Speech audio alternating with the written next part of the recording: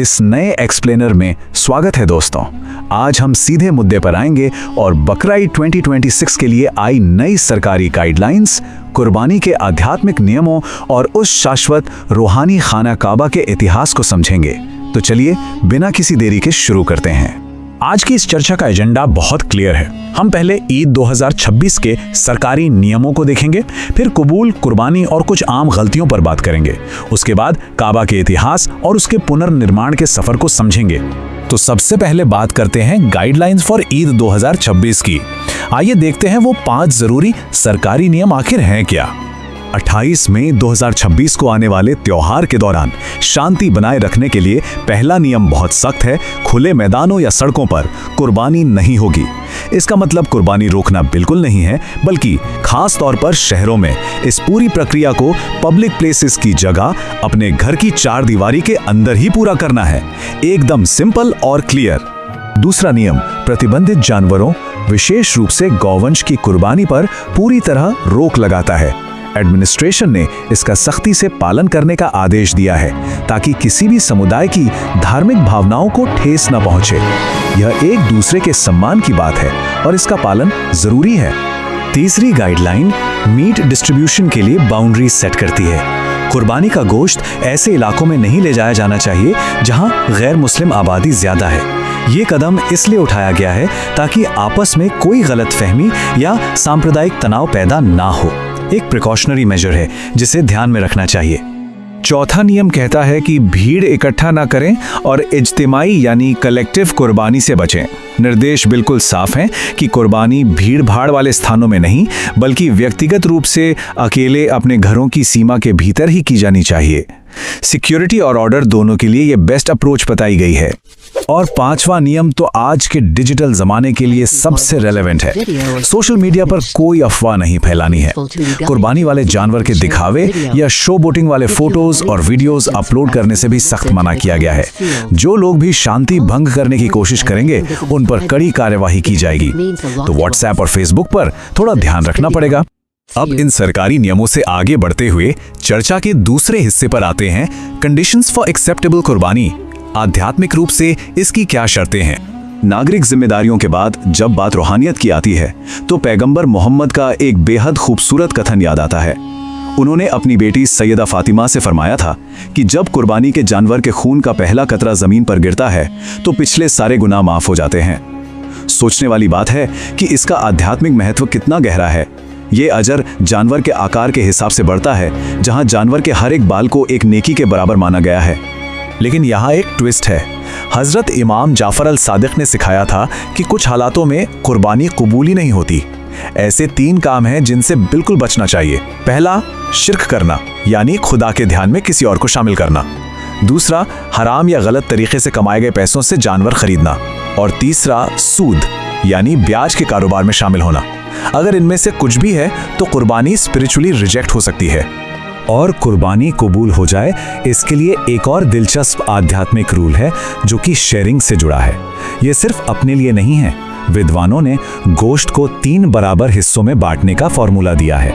पहला 1/3 हिस्सा अपने और परिवार के लिए, दूसरा रिश्तेदारों या दोस्तों के लिए और तीसरा गरीबों और जरूरतमंदों के लिए। एक परफेक्ट बैलेंस जो पूरे समाज को एक साथ जोड़ता है। आइए अब एक जल्दी से नजर डालते हैं उन 10 आम गलतियों पर जिनसे बचना चाहिए। ये एक तरह का चेकलिस्ट है। जानवर की कीमत पर शो ऑफ करना, दूसरों की धार्मिक भावनाओं को चोट पहुंचाना या सिर्फ गोश्त खाने की नीयत रखना, ये सब गलत है। सोशल मीडिया पर बोस्टफुल वीडियोस डालना या जानवर के सामने छुरी तेज करके उसे डराना भी मना है। खुलेआम सड़कों पर खून बहाना, गरीबों को भूल जाना, हथियारों का सार्वजनिक प्रदर्शन, बीमार या गर्भवती जानवर की कुर्बानी और लालच में आकर जानवर बेच देना, ये लंबी लिस्ट हम सबको याद दिलाती है कि कुर्बानी सच में अंदर की श्रद्धा का विषय है, किसी दिखावे का बिल्कुल नहीं। कुर्बानी की बात हो और काबा की बात ना हो। चलिए अब बढ़ते हैं हिस्ट्री ऑफ खाना काबा की तरफ। ये एक ऐसी ऐतिहासिक यात्रा है जो हजारों साल पुरानी है। अब इन सारी नई गाइडलाइंस को एक पल के लिए साइड में रखते हैं और हजारों साल पीछे इतिहास के पन्नों में चलते हैं। इस पवित्र इमारत का सफर सच में अद्भुत है। इसकी बुनियाद इंसानियत के शुरुआती दौर में हजरत आदम ने रखी थी। फिर हजरत नूह के दौर में वो मशहूर महाबाद आई जिसमें इमारत गिरी जरूर पर बुनियाद हमेशा जिंदा रही। उसके बाद लगभग 4000 साल पहले हजरत इब्राहिम और उनके बेटे इस्माइल ने उस बंजर घाटी में इसका दोबारा निर्माण किया। उस निर्माण के दौरान एक बेहद चमत्कारिक वाकया हुआ था। मकाम इब्राहिम, ये वो पवित्र पत्थर है जिस पर खड़े होकर हजरत इब्राहिम ने काबा की ऊंची दीवारें बनाई थी। कहा जाता है कि जैसे जैसे दीवारें ऊंची होती गईं, ये पत्थर खुद ब खुद ऊंचा होता गया। हजरत इस्माइल अपने पिता के लिए ये विशेष पत्थर लाए थे, जिससे आज भी एक अनमोल निशानी के रूप में देखा जाता है। लेकिन तवाफ शुरू कहाँ से किया जाए?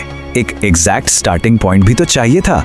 इसके लिए फरिश्ते हजरत जिब्राइल ने अबू कुबैस पहाड़ी से एक बेहद रोशन और चमकदार पत्थर लाकर दिया, जिसे हम हजर अल अस्वद कहते हैं।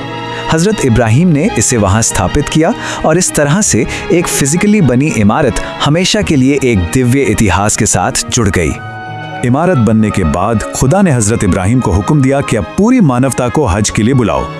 पर एक अकेले इंसान की आवाज पूरी दुनिया तक कैसे पहुंचती? जब उन्होंने अबू कुबैस पहाड़ी पर चढ़कर आवाज लगाई तो एक अद्भुत चमत्कार हुआ। खुदा ने उस आवाज को इतना एम्पलीफाई कर दिया कि वो दुनिया के हर इंसान, हर पहाड़ और हर पेड़ तक पहुंच गई। पुकार लगाना इब्राहिम का काम था और उस आवाज को पहुंचाना खुदा का। आज इस जगह का आध्यात्मिक वजन इतना ज्यादा है जिसका अंदाजा लगाना भी मुश्किल है। मान्यताओं के अनुसार इस पवित्र काबा पर रोजाना 120 रहमतें नाजिल होती हैं, जिसमें से 7 सिर्फ तवाफ करने वालों के लिए हैं, 40 नमाज पढ़ने वालों के लिए और बाकी 20 रहमतें तो सिर्फ इस पवित्र काबा की तरफ देखने वालों को मिल जाती हैं। और आइए अब इस एक्सप्लेनर के आखिरी हिस्से की तरफ बढ़ते हैं, रीबिल्डिंग द सेक्रेड हाउस। सदियों से इस पवित्र संरचना ने न जाने कितने भयंकर तूफान और बाधाएं झेली हैं। इसीलिए वक्त वक्त पर इसके कई ऐतिहासिक पुनर्निर्माण हुए। पैगंबर मोहम्मद के दौर में कुरैश ने इसका निर्माण किया, पर उनके पास हलाल धन की कमी थी तो हातिम का हिस्सा बाहर ही छूट गया। उसके बाद हजरत अब्दुल्ला बिन जुबैर ने इसका विस्तार किया, जिसे बाद में उमैयद दौर के हज्जाज बिन यूसुफ ने वापस पहले जैसा कर दिया। और अंत में ऑटोमन दौर के सुल्तान मुराद ने एक भारी बाढ़ के बाद इसे वापस बनवाया और आज जो स्वरूप नजर आता है वो लगभग वही है। काबा का आकार जरूर बदला हो, पर उसकी सच्ची पवित्रता हमेशा कायम रही है।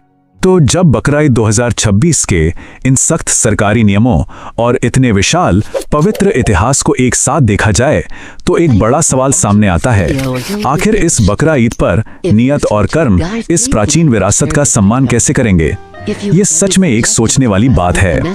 आज के इस एक्सप्लेनर में जुड़ने के लिए बहुत बहुत शुक्रिया। कृपया इस जरूरी ज्ञान को अपने तक ही सीमित ना रखें, इसे दूसरों तक पहुंचाने के लिए शेयर और चैनल को सब्सक्राइब जरूर करें।